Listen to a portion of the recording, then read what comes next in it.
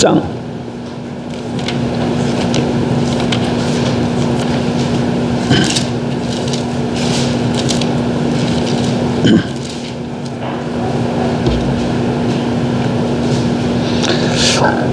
우리 주보는 다른 복사집에 가면 복사를 할 수가 없습니다. 꼭 한 집에만 가야 됩니다. 그래서 문제가 좀 생겼지요. 로마서 10장 10절 같이 보십시다. 한 절. 사람이 마음으로 믿어 의에 이르고 입으로 신하여 구원에 이르느니라. 다시 한번 보실까요? 사람이 마음으로 믿어 의에 이르고 입으로 신하여 구원에 이르느니라. 구약성경 시편 23편입니다.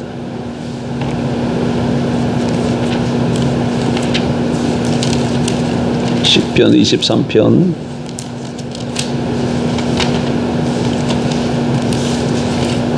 1절부터 3절까지 보십시다. 1절. 여호와는 나의 목자시니 내게 부족함이 없으리로다. 그가 나를 푸른 풀밭에 누이시며 쉴 만한 물가로 인도하시는도다. 내 영혼을 소생시키시고 자기 이름을 위하여 의의 길로 인도하시는도다. 아멘.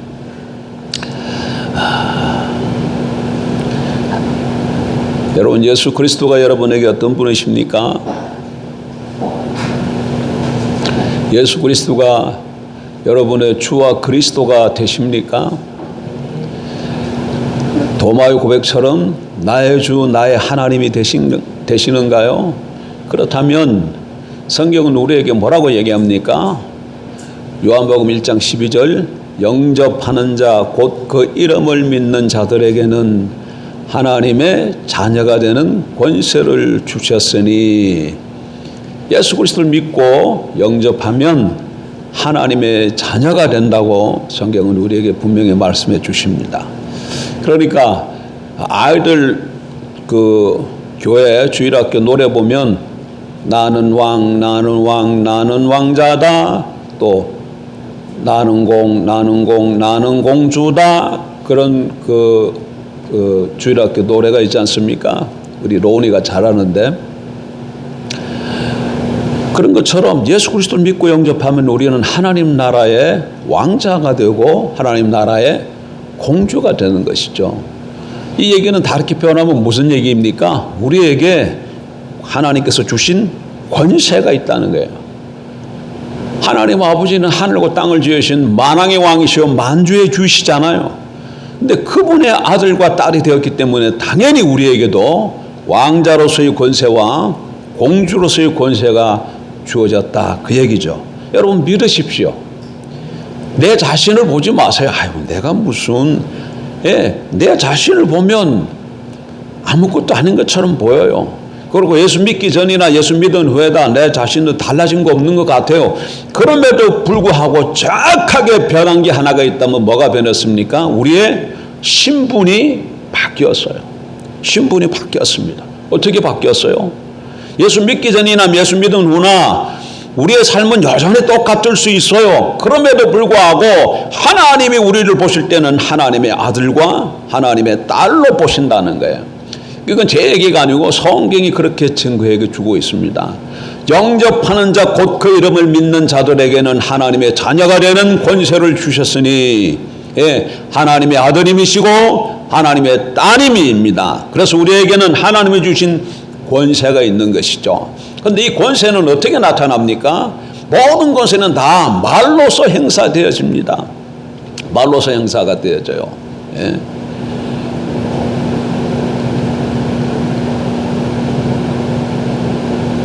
지금 나라가 대통령 비상계엄을 통해서 지금 한창 시끄러운데 지금 그 얘기를 하려고 하는 게 아니고, 대통령이 군대를 동원하니까 그냥 어떻게 됐어요? 군대가 대통령의 말 한마디 다 움직이잖아요.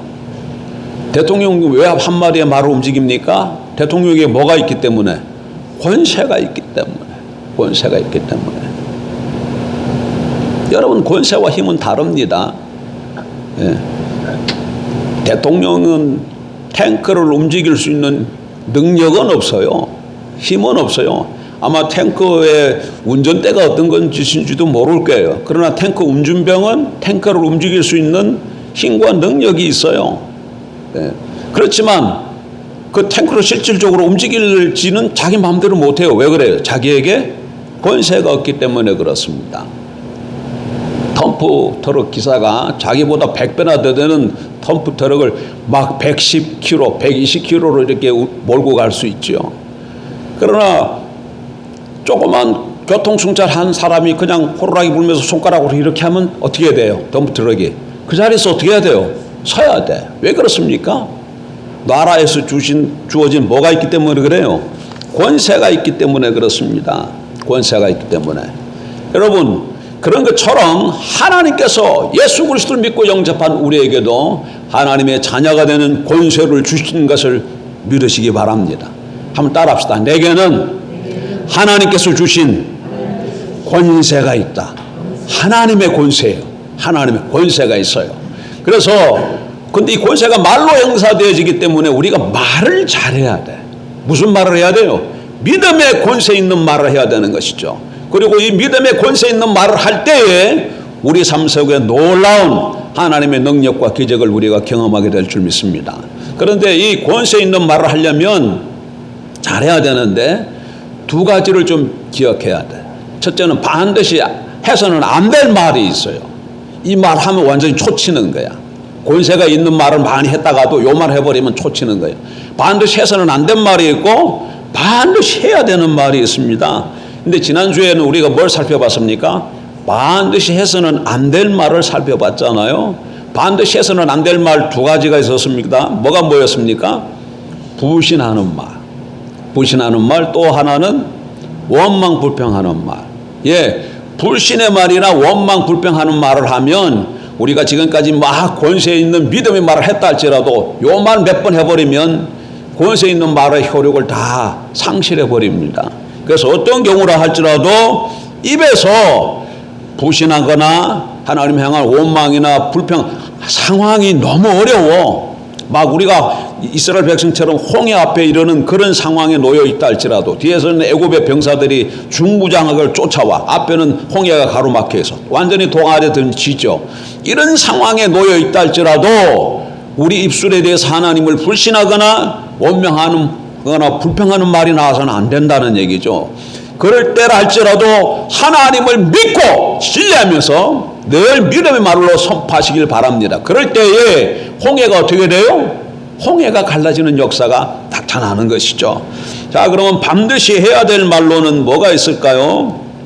반드시 해서는 안 되는 말 두 가지는 불신이고 원망이고, 두 번째로 반드시 해야 하는 말에는 첫째로 시인하는 말이 있습니다. 시인하는 말을 해야 돼. 시인하는 말. 오늘 로마서 10장 10절에 보니까 사람이 마음으로 믿어 의에 이르고 입으로 시인하여 구원에 이르느니라 이렇게 말씀합니다. 시인하여 무엇에 이르러요? 구원에 이르러. 시인하면 구원에 이른다. 이게 구원은 성경에 보게 되면 우리는 구원하면 자꾸 천국 가는 것만 생각하는데 성경에 보게 되면 구원이 다양하게 사용되고 있습니다. 물론 천국에 가는 거 구원입니다. 그런데 또 성경에 보니까 위기를 받는 것도 구원이라고 말씀합니다. 출애굽기 14장 13절에 보면 제가 조금 전에 말씀드렸는데 모세가 이런 말을 하죠. 너희는 두려워하지 말고 가만히 서서 여호와께서 오늘 너희를 위하여 행하시는 무엇을 보라? 구원을 보라. 지금 이렇게 말하고 있어요. 홍해 앞에서 이스라엘 백성들이 막 두려워하고 원망 불평했더니 모세가 뭐라고 말하고 있다고요? 너희는 두려워하지 말고 가만히 서서 여호와께서 오늘 너희를 위하여 행하시는 구원을 보라. 이렇게 말씀했다는 거예요. 애국 군대와 홍해 앞에서 죽음의 위기를 해결해 주시는 하나님의 기적을 보라는 것이에요. 그러니까 위기에서 벗어나는 것이 이게 뭐라는 거예요? 구원이에요. 또 구원은 몸의 질병을 고침받는 것도 성경은 구원이라고 얘기합니다. 예수님께서 혈루증 앓는 여인을 고쳐주셨잖아요. 그리고 나서 예수님께서 뭐라고 말씀하시는가 하면 딸아 내 믿음이 너를 구원하였으니 평안히 가라 이렇게 말씀하셨어요. 지금 12해 동안 혈루병으로 고생하던 여인이 있는데 이 여인이 많은 대중 가운데 해집고 나와서 예수님 옷자락을 만지잖아요. 그리고 자기가 병고침을 받았어요. 그리고 예수님께서 자기 몸에서 능력이 나가는 걸 알고 돌아보면서 누가 내 옷을 만졌느냐 이렇게 묻지 않습니까? 그랬더니 제자들이 주님 이렇게 많은 사람들이 지금 예수님을 밀지면서 이렇게 가는데 내 옷을 만졌다고 하다니요. 그러나 주님은 아시는 것이죠. 왜 알아요? 자기 몸에서 뭐가 나가신 걸 알기 때문에, 능력이 빠져나간 걸 알기 때문에. 그러자 자기가 병 고친 것을 숨길 수 없는 것을 알고 그 병 고침 받은 혈루증 영이 와서 제가 주님의 옷을 손댔다고 말씀을 드리지요. 자초지정을 다 말씀을 드립니다. 그랬더니 그때 주님이 하시는 말씀이 뭐라고요? 딸아 내 믿음이 너를 구원하였느니라 이렇게 말씀하셔요. 그러니까 이때 구원은 뭐예요? 병 고침 받는 거예요. 이렇게 성경에 보게 되면 구원이라는 것은 천국에 들어가는 것도 구원이고 위기 가운데서 벗어나는 것도 구원이고 질병을 치유받는 것도 구원이라고 표현하고 있습니다. 다시 말하면 이 천국에 들어가는 것을 비롯해서 땅의 모든 문제를 해결하는 것 받을 수 있는 하나님의 기적이 어떻게 나타난다는 거예요? 우리가 입으로 시인할 때 일어난다는 얘기입니다. 입으로 시인할 때. 그래서 자꾸 하나님 앞에서 이런 시인하는 말이 너무너무 중요해. 여러분 천사 가브리엘이 마리아에게 나타나서 하나님의 말씀을 전하지요. 근데 지금 마리아는 어떤 말을 전했어요? 내가 잉태하여 아들을 낳을 것이다. 그런 말을 전하지 않습니까? 가브리엘 천사가. 근데 마리아는 그때 남자를 몰라, 사내를 몰라. 근데 아이를 갖고 잉태하려면 부부간의 어떤 이런 그 사랑의 교제를 통해서 생겨나는 거죠. 근데 남자를 모르는 처녀 마리아에게 나타나서 아이를 잉태한다 이런 말을 전하니 얼마나 얼토당토하는 말이겠어요. 그런데 마리아가 뭐라고 얘기해요? 마리아가 이르되 주의 여종이오니 말씀대로 내게 이루어지이다 하며 천사가 떠나가니라. 마리아는 처녀였습니다. 그러나 성령으로 아들을 잉태하였다는 하나님의 말씀에 대해 말씀대로 이루어지이다라고 시인했습니다. 그랬더니 어떤 일이 벌어졌어요? 성령으로 예수님이 잉태되어지는 역사가 나타난 것이죠. 여러분 시인은 뭐냐 하면 하나님의 말씀이 그대로 이루어질 것을 믿고 말하는 거예요. 시인이 어떤 거라고요? 하나님의 말씀이 말씀하신 그대로 믿고 이루어질 것이라고 말하는 것. 그래서 하나님의 말씀을 시인할 때 그 말씀은 반드시 현실로 나타나게 됩니다. 여러분 연세대학교 황소관 박사 아시나요? 돌아가셨지만 예전에 그분이 이 시인하는 말의 중요성을 일찌감치 깨달았던 분이에요. 그래서 그는 가는 곳곳마다 만병통치약을 하나 소개했는데 그게 뭔지 아십니까? 아멘약이야. 아멘약. 예? 아멘 하면은 의술로 해결할 수 없는 병도 낫는다는 것이죠. 왜 그럴까요? 아멘은 하나님의 말씀을 시인하는 것이기 때문에 그래요. 시인하는 것이기 때문에. 여러분이 다 말씀이 선포될 때 모두가 다 듣고 은혜를 받지만 특별히 소수 중에 아멘 하시는 분들이 더 큰 은혜를 받게 되는 것 뭐냐? 자꾸 그 말씀을 뭘 하기 때문에 시인하는 것이 되기 때문에 그런 것이죠. 누군가 말을 하면 쉽게 부정하는 사람이 있습니다. 부정하는 말을 쉽게 내어놓는 사람은 이 하나님의 기적과는 멉니다, 여러분. 멀어요. 부정하는 말을 하지 마십시오. 하나님에 대해서는, 하나님의 말씀에 대해서는 침묵해서도 안 되고 반신반의해서도 안 되고 더더욱이나 부인해서는 더더욱 안 되겠죠. 이렇게 뭐 침묵하다든지 반신반의한다든지 부인하게 되는 그런 사람들의 삶에는 하나님의 기적이 나타나지 않습니다. 왜 그래요? 신하지 않고 늘 부인하기 때문에 그런 것이죠. 여러분이 설교를 들을 때 설교 말씀을 읽을 때 아멘을 많이 한다면 틀림없이 많은 기적을 체험하게 될 것입니다. 그러나 말씀을 들으면서도 분석하고 평가하고 갸우뚱하면서 그런다면 여러분 삶에 하나님의 기적이 나타나기는 어렵죠. 왜 그렇습니까? 민수기 14장 28절 말씀 기억 좀 하십시오. 여호와의 말씀에 내 삶을 두고 맹세하노라. 하나님께서 뭐 하셨다고? 맹세했다고 그래서 뭘 맹세했느냐? 너희 말이 내 귀에 들린 대로 내가 너희에게 행하리라. 하나님께서 맹세하셨다 그래서 맹세하셨다. 근데 뭘 맹세하셨다고? 너희가 말한 그것이 하나님 귀에 들린 그대로 행하겠다는 거예요. 그러니까 우리가 평소에 하는 말을 하나님께서 다 어떻게 하신다는 거예요? 다 듣고 계신다는 거예요. 그리고 여러분들이 하는 말을 듣고 그 말대로 하시겠다는 거예요. 그러니까 부정하고 부평하면 부정하고 부평되는 그대로 행하실 것이고, 어렵고 힘든 가운데서도 시인하면 시인하는 말 그대로 하나님께서 응답하시겠다는 것이죠. 이런 얘기를 제가 들은 적이 있습니다. 어느 교회 목사님인데 개척을 했어요. 그리고 전세 보증을 걸었는데 이 전세 보증금이 날아갈 처지가 되었어요. 왜냐하면 그 건물주가 부도를 낸 거예요. 부도를. 경매 날짜가 다가오는데 다른 데 갈 형편도 못 돼. 그런데 이 목사님이 무엇 하냐면은 로마서 8장 28절 말씀. 로마서 8장 28절에 무슨 말씀이 있는가 하면, 우리가 알거니와 하나님을 사랑하는 자 곧 그의 뜻대로 부르심을 입은 자들에게는 모든 것이 합력하여 선을 이루느니라. 이 말씀을 펴놓고 이 말씀을 믿고 시인하면서 맨 그 말씀에 손가락을 짚으면서 매같이 아멘 하는 거예요. 아멘, 아멘, 아멘. 지금 교회가 어떻게 된다고요? 경매에 이렇게 처해져가지고 전세 보증금이 다 날아갈 판국인데 아무 일 하지 못하고 그 말씀만 펴놓고 손가락을 짚으면서 아멘, 아멘 하고 있는 거죠. 근데 어떻게 하다 성도들이 알게 됐어요. 그랬더니 난리가 난 거죠. 아니 목사님, 어떻게 뭘 해야 되지 않겠습니까? 가만히 있으면 어떻게 되겠어요?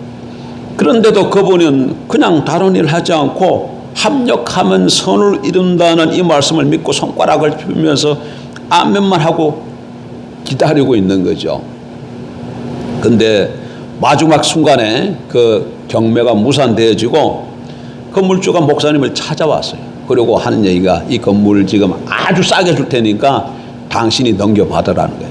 그래서 그 목사님이, 돈도 얼마 없는 목사님이 아주 싼 값으로 그 건물을 인수하게 되었다고 합니다. 이건 뭐 다른 얘기지만은 이 목사님이 뭐가 그런 일을 이룬 거예요? 하나님 말씀 믿고 그냥 계속 시인했더니 하나님께서 그렇게 역사해 주신 줄 믿습니다.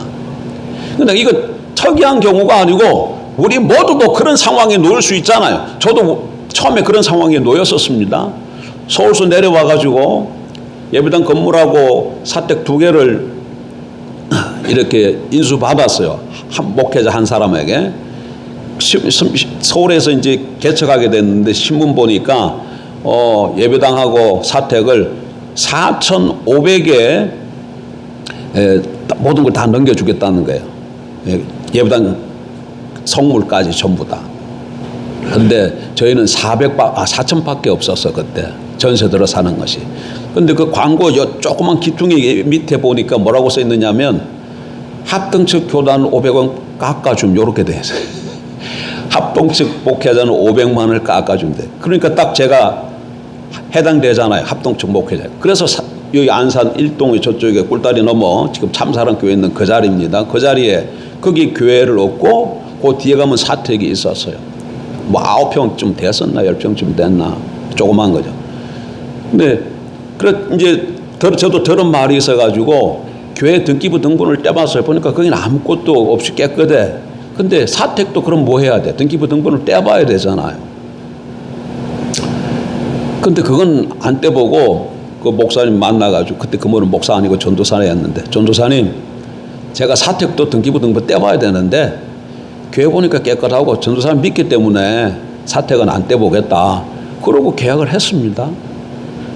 근데 나중에 보니까 우리 사택이 경매에 들어가 있는 집이에요. 그걸 나중에 알았어요. 나중에 알았어요. 어떻게 됐겠어요?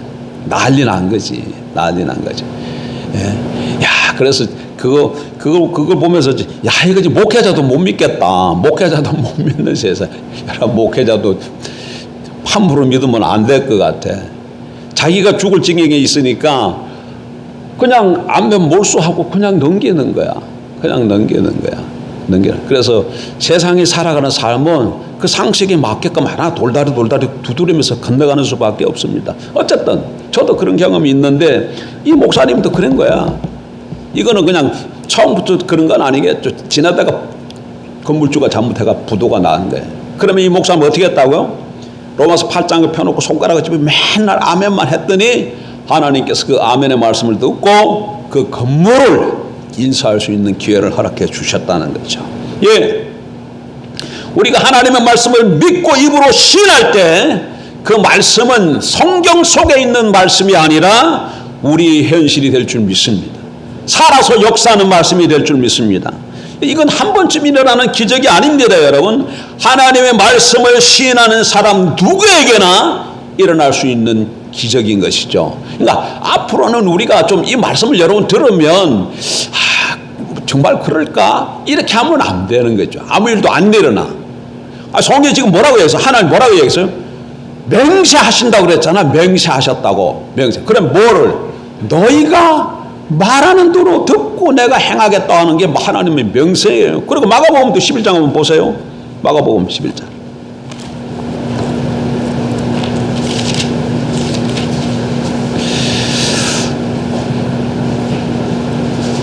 이건 누가복음이네. 마가복음 11장 22절. 예수께서 그들에게 대답하여 이르시되 하나님을 믿어라. 내가 진실로 너희에게 이르노니 누구든지 이 산더러 들리어 바다에 던져지라 하며 그 말하는 것이 이루어질 줄 믿고 마음에 의심하지 아니하면 그대로 되리라. 여러분, 산을 향해서 바다에 던져져라. 이게 가능한 얘기겠어요? 가능한 얘기가 아니죠. 일어날 수 없는 일이죠. 그러나 그 말이 이루어질 줄 믿고 의심하지 아니하면 어떻게 된다고 얘기하고 있어요? 예? 이루어질 줄 믿고 마음에 의심하지 아니하면 그대로 되리라. 그러므로 내가 너에게 말하노니 무엇이든지 기도하고 구하는 것은 받은 줄로 믿어라. 그리하면 너에게 그대로 되리라. 이게 성경의 말씀입니다. 성경이 약속하고 있는 말씀인 것이죠. 예. 그래서 우리의 말이 이렇게 너무너무 중요해. 여러분 이사야 43장 19절에 보게 되면 이런 말씀이 있습니다. 보라 내가 새 일을 행하리니. 이거 한번 찾아봐요. 이사야 43장 19절. 앞으로 이런 말씀은 좀 써가지고 여러분 뭐 방이나 주방이나 화장실에 좀 붙여놓고 맨날 바라보고 읽고 시인하고 그러면 좋을 것 같아요. 43장 19절 한번 보세요. 19절. 보라 내가 같이 읽을까요? 아니에요. 19절. 보라 내가 새 일을 행하리니 이제 나타낼 것이라. 너희가 그것을 알지 못하겠느냐? 반드시 내가 광야의 길을 사막의 강을 내리니 장차 들짐승 곧 승냥이와 타조도 나를 존경할 것은 내가 광야의 물을 사막의 강들을 내어 내 백성 내가 택한 자에게 마시게 할 것임이라. 새 일을 행하는데 구체적으로 무슨 일이에요? 광야에 길을 내고 사막에 하나님께서 뭘 내겠다고요? 물을 내겠다는 거예요. 그래서 들짐승뿐만 아니라 하나님의 백성들로 하여금 뭐 하시겠다는 거예요? 마시게 하겠다는 거예요. 광야나 사막에는 아무것도 없는 곳이죠. 아무것도 없는 거예요. 거기서 뭐 물을 얻기나 음식을 넣을 수 없는 그런 곳에. 그런데 그런 곳에서 뭘 하나님께서 내시겠다는 게요? 길을 내시고 물을 내시겠다고 말씀하시죠. 누구를 위해서? 하나님의 백성들을 위해서 새 일을 행하시겠다고 이런 말씀을 하고 계시잖아요. 그러니까 이런 말씀을 성경이 말씀하고 있으니까 어떻게 하면 되는 거예요? 우리는 이 말씀을 믿고 말마다 시인하는 거예요. 시인하는 거예요. 하나님 광야의 길을 내고 사막의 강물을 내어 우리 성도들을 먹여 주시옵소서.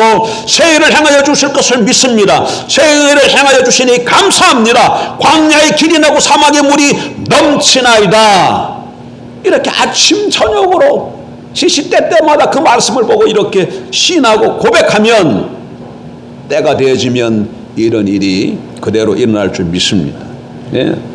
그러니까 한 번, 두 번 하고 끝나는 것이 아니라 계속해서 반복적으로 하는 것이 필요한 것이죠. 그러다 보면 어느덧 바다가 육지가 되고 숲이 되고 과실이 맺히게 될 것입니다. 두 번째로 반드시 해야 할 말. 첫 번째는 시인하는 말이고 두 번째로 반드시 해야 할 말 고백하는 말이에요. 오늘 다윗이 시를 지었는데 그것이 23편이죠. 보면 다시 볼까요? 여호와는 나의 목자시니 내가 부족함이 없으리로다. 그가 나를 푸른 풀밭에 누이시며 실만한 물가로 인도하시는도다. 내 영혼을 소생시키시고 자기 이름을 위하여 의의 길로 인도하시는도다. 이 시를 다윗이 언제 지었을까? 견해가 나뉩니다. 이것은 다윗이 이제 그 평화로울 때 이 시를 지었다 이렇게 말하는 사람도 있고, 아니다, 다윗이 어려웠을 때, 다윗은 굉장히 어려움을 많이 받은 사람이야. 사울로부터 늘 그 쫓김을, 사울이 다윗을 죽이려고 해서 늘 도망 다녔잖아요. 그리고 또 자기 아들이 반란을 일으켜서 왕궁에서 쫓겨났잖아요. 그래 어려웠을 때 이 시를 지었다 이렇게 두 견해가 있는데, 저는 후자 쪽을 보는 것이죠. 다윗이 편안할 때 지은 것이 아니라 어려웠을 때 이 시를 지었다고 저는 생각합니다. 그때 굉장히 어려웠을 때, 지금 자기 아들 때문에 지금 왕궁에서 쫓겨났어요. 잘못하면 죽게 생겼어요. 그런데 뭐라고 말한다고요? 여호와는 나의 목자시니 내게 부족함이 없으리로다.